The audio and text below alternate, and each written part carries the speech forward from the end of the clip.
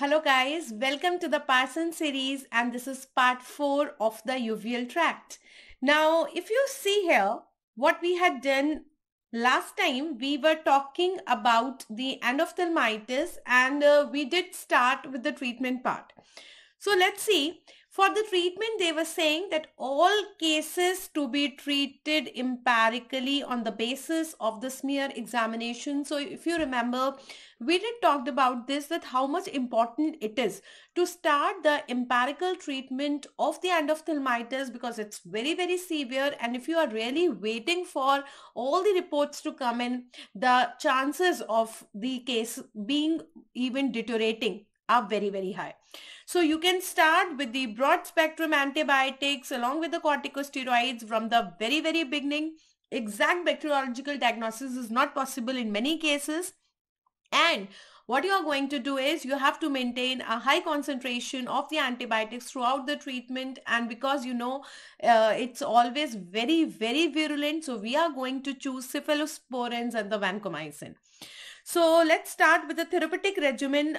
First, of course, will be your topical antibiotics. So in this topical antibiotics, what are the things that we are going to use? Now, again, you can remember that these are the fortified antibiotics. And what is the concentration that we are going to use? Cefazolin 5%, vancomycin 5%, and gentamicin or amikacin is 1.3%. Now, certainly, ocular pharmacology is again very, very important. And that is why I had recorded a separate video on ocular pharmacology. And if you have not seen that video, I'll definitely recommend that go and see that video. Very, very important, especially before the upcoming exams. And if it is possible, it will be very, very good that if you are able to remember these concentrations, 5%, 5%, and 1.3%. Okay. And these are actually started 1 hourly. So if you look here, the frequency at which we are giving, that will give you an idea that how much virulent it is, and that is why we are actually forcing to give it every hour or every alternating half hour. Now, cycloplegia is also given initially through the topical atropine, that is 1% twice a day, and that is substituted by short-acting agents 3 to 4 days. So if you look here, obviously, endophthalmitis is actually the extension of the panuveitis. So obviously, there will be ciliary muscle spasm, and we have to give the these mydriatics and cycloplegics along with the antibiotics. And if you've seen, the most important mydriatics and cycloplegic that we are going to start with is your atropine. That is the strongest mydriatic and cycloplegic. And along with the antibiotics, I think this is a must in the treatment of endophthalmitis. Now, of course, to start with, you can start with the strongest one. And after some time, you can substitute it with the short-acting agents. Another important thing is the subconjunctival route of administration of the antibiotics, not frequently used, as the adequate intraocular levels are achieved with the intense fortified topical antibiotics administered round the clock if required.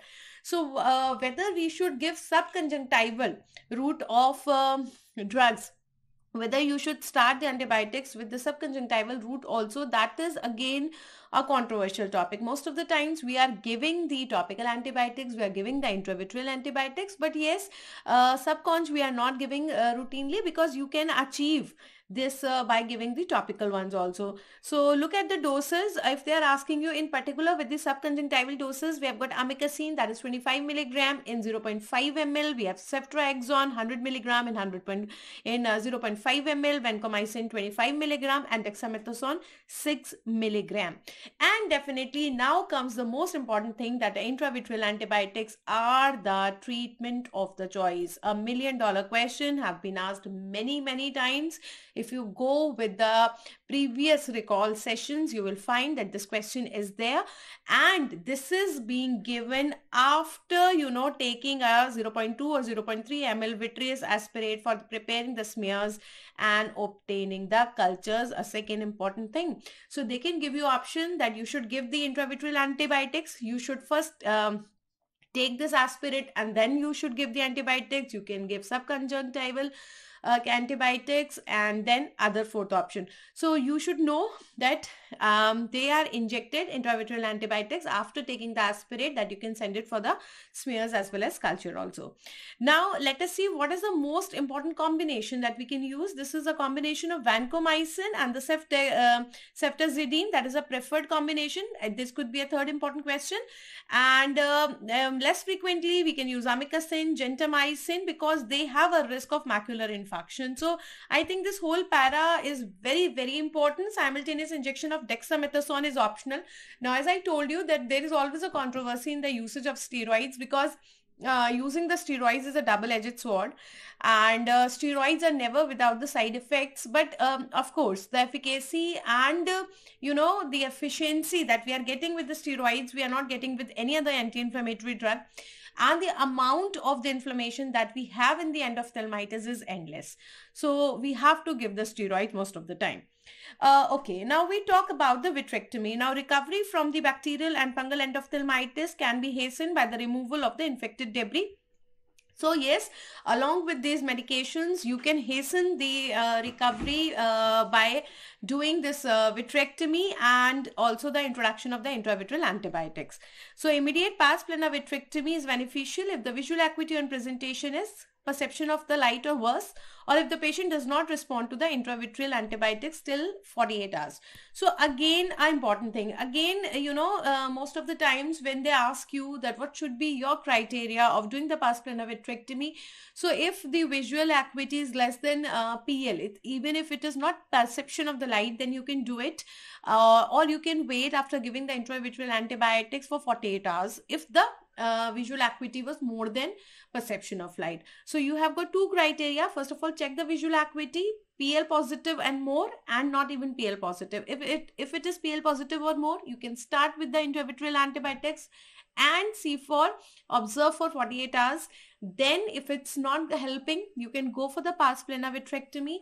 While in the other case, if it is not even PL, then you can straight away go for the pars plana vitrectomy. Again, a very, very important protocol for the treatment of endophthalmitis. All right. Now see, this is a flow chart, and as I told you, flow charts are always important, and they also help us a lot in solving the questions. So this is the approach to the management of a case of the endophthalmitis, and this is based on the endophthalmitis vitrectomy study.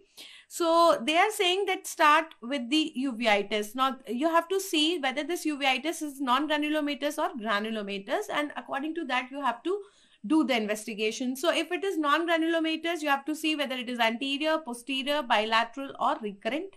If it is single, it's just unilateral, it's anterior, you are not having any specific features, okay, no investigations have to be done. So one question could be something like this. Suppose they obviously nowadays they are not asking you the flowcharts directly. They will give you a clinical case scenario, a patient coming with this age, this gender, with a single unilateral anterior uveitis. They say no other specific features given, what you do. So no specific investigations are to be done. On the other hand, if they say it's posterior or if it is bilateral, so single ka it will be this multiple, and unilateral ka it could be bilateral, and then it could be recurrent. And there are a number of investigations that you have seen in the systemic associations of the uveitis also. We can do the smear examination. We have ESR, then we have got the HLA-B27 for the spondyloarthropathies. We have ACE for the sarcoidosis. We have got ENA, that is for juvenile chronic arthritis. Then we have got RPR. We have VDRL for syphilis. We have got the FT antibody test. Then we have X-rays, and we have got the line titers. So a lot of things according to the case scenario, whichever diagnosis it is going towards, you have to carry the investigation according to that. Now, some authorities also recommend that we should use a combinedly having the combined use of corticosteroids from the outside, unless there is a strong clinical suspicion of a fungal etiology, in which case steroids should be withheld. So rather they say that you can use the steroids in every case of the endophthalmitis unless you have a fungal etiology. So in that case, you will not use the steroids. So they have made, you know, the use of steroids a little more smoother. They are not saying that you should use in the bacterial or not. They say bacterial में तो use करना ही है. It is something like this, that if it is not fungal, you have to use the steroids. While there is another school of thought also, which they say that we have to wait for a confirmed positive clinical response to the antibiotic therapy before giving the steroids for the next 24 to 48 hours. So obviously, guys, this will be there every time, because, you know, whenever you are working in the medical field, you have got different kind of people who are working, and nobody is right and nobody is wrong. It actually depends from which side you are seeing, whether you are want to take risk or not, whether you want to be on the safer side or not. So some people, you know, they are giving you aggressive therapy, and they are ready to take risk, because at the cost of the risk you may have good and very good results. But some people are defensive type of people, and they can you know, wait and have a patience for slow recovery, and they can, you know, bear up for that long time, but they don't want to take the risk. So actually it depends upon the risk taking attitude also of a particular physician or the clinician. The rationale for the corticosteroid therapy derives from its anti-inflammatory effects, especially the control of the polymorphonuclear reaction leading to the preservation of the ocular structure. So obviously there is a lot of rationale in looking at the response of the corticosteroids and why should we use the corticosteroids. You have to see that there is a lot of, you know, control of the polymorphonuclear reaction after giving the steroids, that is definitely going to hamper the prognosis of endophthalmitis. Then it is required that you have to monitor the clinical course. So patients need to be reviewed. You have to review them again and again every 4 to 8 hours. Again, an important thing, how frequently should you review the patients of endophthalmitis, and the antibiotic regimen is modified according to the patient's response and the culture and sensitivity reports. If the patient responds well to the treatment, then the frequency of the topical fortified antibiotics may be slowly tapered off. So obviously, if you're getting a response, you can slowly taper it off in 48 hours, and the visual outcome in such cases is influenced actually by the duration between the onset of infection and the institution of therapy. So again, an important thing, if they ask you what is the single most important factor on which the prognosis of endophthalmitis depends, and I think it is not just endophthalmitis, it is any disease. If the duration between the diagnosis and treatment is less, obviously there are better chances of prognosis, and more is the time between the diagnosis and treatment, obviously prognosis will be guarded.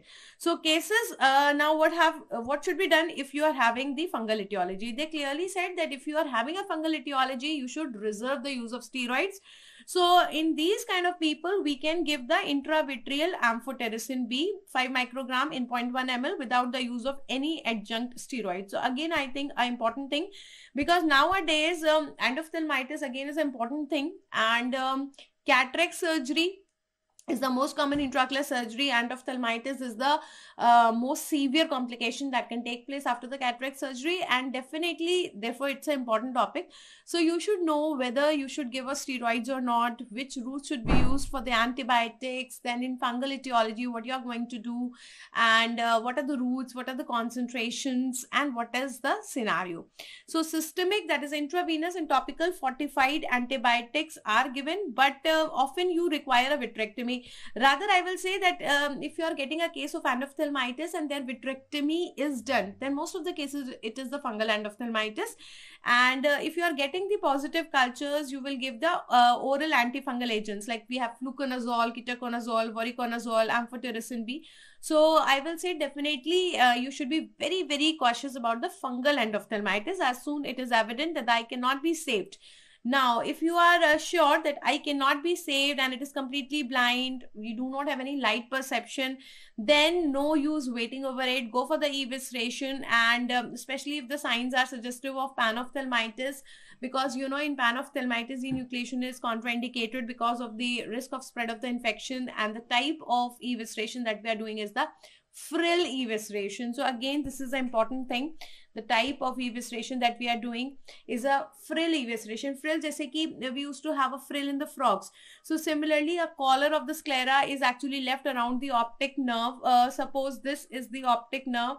So a collar of the sclera, you know, is left here. it is left around this optic nerve. This is a frill so that we can leave the optic nerve intact. Okay, so this allows more rapid healing than the evisceration and also prevents the spread of the infection up to the optic nerve sheath. So we are actually covering that optic nerve sheath with the help of this frill of sclera. So I think the endophthalmitis treatment, a very, very important topic, is very, very clear to you, right? So now moving ahead towards the specific type of uveitis. The specific types of uveitis the more important types we are taking. The first, we are taking the bacterial uveitis. And we know that in Indian scenario, whenever we are talking about bacteria, the first is always tuberculosis, right? So tuberculosis, I think you will not be surprised to know that it can affect any part of the uveal tract, any part of the uveal tract. And it is actually the T cell. It is actually the T cell activity which is of significance in cases of tuberculous infection. So the phagocytosis of the bacilli by the macrophages, basically that is a major limiting factor in the spread of the infection. However, those people who have previous tuberculosis infection and the cell mediated response is also associated with the tissue damage, then there is a direct effect of these T lymphocytes on the cells which are containing these bacilli. So all those people who have previously already had an attack of tuberculosis, they may be having the different areas which are involved. And we'll start with the tuberculous iritis. So if you remember in the previous year in the INICT paper, there was a question in 2020 where they asked you the systemic associations of your iritis. It was specifically iritis and not even iridocyclitis. So for now on, this is again an important thing. So we have a tuberculous iritis, the metastatic granulocytic type. This will occur in your miliary and a conglomerate or solitary form. Okay, that can also occur. So in the miliary type, so we have got two kind of tuberculous iritis. It could be a miliary type also, it could be a solitary type also. If you look at the miliary type, means that will be a diffuse type. There will be your yellowish white nodules and they are surrounded by the numerous satellite, small lesions which are present near the pupillary margin, which are very, similar to your Koipe nodules type. This syndrome develops in the severely debilitated patients with the impaired immunological responsiveness. And this will obviously occur when there is massive dissemination of the bacilli. So you can remember that we have got M for miliary and M for massive. So obviously if you have got massive dissemination of the bacilli, you will have massive involvement of the uveal tract and you will have many lesions. M for many also, hai na? So in the conglomerate type, that is your this is the solitary type. So you will get a single lesion. So this single lesion will be a larger one. So single larger lesion will be there. That will be yellowish white tumor. All the small satellites may be present. That will be containing the giant cell. So this is the main difference between your miliary type and the solitary type. Looking at the next one, that is your non-granulomatous type. So in the granulomatous type, we were having the two further types. One was your miliary type, another was your solitary type. While in the exudative non-granulomatous type, again we have got that can occur. Now this is a non-granulomatous type. This is occurring allergic or immunoinflammatory in nature, and clinically it's not very much distinguishable, and it's usually recurrent or very, very chronic in nature. So if you look at the question aspect, we can have a granulomatous type also, we can have non-granulomatous type also. And if you remember, every time you people ask me what type of uveitis is found in sarcoidosis, and I always say that actually it is mixed. Whenever we are having the granulomatous diseases, it's not necessary that we are having all the time just the granulomatous uveitis, and most of the times it is mixed. So here also I'm having both. If you look here also I have granulomatous also, non-granulomatous also, and in granulomatous we are having both miliary and the solitary type. All right. Okay. Now that was iritis. Now coming to the next one, this is your choroiditis. So tuberculous choroiditis, that is your posterior uveitis, that can also occur in the acute miliary form as well as in the chronic forms of the disease. So choroiditis can occur in both acute form as well as in the chronic forms. Now this is manifesting. How it is manifesting? It is manifesting in the form of choroidal tubercles. What is the size? 0.3 to 3 mm in size. So this is one presentation. What is the second presentation? Tuberculomas. Tuberculomas are the single large one. This is a single large retinal choroidal mass which is more than 2 disc diameter in size. So look at the variability, how this tuberculous choroiditis is actually going to present. It could be a single large mass also which is 2 disc diameter, or small choroidal tubercles also, right? Now miliary tubercles is found in the acute miliary tuberculosis, especially we can have tubercular meningitis also. Now, if you look at ophthalmoscopically, they appear as 3 or 4 round pale yellow spots, usually near the disc, and any part of the choroid may be affected. So, these choroidal, tubercles that you are getting in cases of miliary ones, small tubercles, they are saying that they are usually near the optic disc and they can actually be present in any part of the choroid. They afford the most important diagnostic evidence. They are actually giving you the most important diagnostic evidence of tuberculosis in cases of meningitis and the obscuring the general disease. Now, microscopically, obviously, because it is tuberculosis, it is granulomatous disease. So they are consisting of typical giant cells. We have tubercular bacilli also, and until the introduction of the chemotherapy, miliary tuberculosis of the choroid was usually a prelude to death. Now recovery is common. So at times we feel that yes, time has changed and we have many treatments which are possible nowadays with the help of chemotherapy, which were not possible earlier. Okay, so look at the DD now, because again you can get a clinical scenario and you may be having these diseases in as the options. We have the sarcoidosis, we have Behçet syndrome, leprosy, syphilis, cat scratch disease, leptospirosis, and brucellosis. So of course, all of them are granulomatous diseases, so they will be coming under the DD. So these will be present in the options there. Now, what are the investigations? So as a case of tuberculosis, obviously you have to go for the MON2 test. It is generally used for the diagnosis. A positive result is of some value in children, but does not prove that the ocular condition is tuberculous. A negative result, however, makes it unlikely. So again, here it is something where the negative result is more diagnostic in comparison to the positive result. Every person who is positive may not have tuberculosis, but if it is negative, then tubercular infection is unlikely. Allergy to tubercular protein can occur in the patients with sarcoidosis, Hodgkin's disease, and other immunodeficiency states. MON2 test is, however, only a presumptive test. So what are the other things that you can do? You can do chest x-ray, therapeutic trial with isoniazid. We can start with definitive diagnostic test. If you see, they are your direct demonstration of tuberculosis bacteria on the histopathological examination. Culture you can do, PCR you can do, or samples from the ocular tissues. So investigation profile, if you see, you have many things. We always start with the process of the tubercular patient with the MON2 test, but again we can have a number of false positives. Well, the negative test is more diagnostic, and then we can have other things also. Go for the chest x-ray. Sometimes you just start the treatment with isoniazid, you wait for the improvement, whether or not you are having some improvement, then you can see the direct demonstration in the histopathology. Go for the culture, go for the PCRs, or the direct demonstration in the ocular tissue. So all these are the things that you're going to do. Starting with the treatment part. So treatment, I think treatment is usually the systemic treatment. So if the patient is coming to us, actually we are not the ones who are starting the ATT. We are usually sending these patients for the physician referral, and they are the people who are starting the ATT. So usually the treatment that is started is your isoniazid, ethambutol, and pyrazinamide. So we are starting with the 4-drug regimen.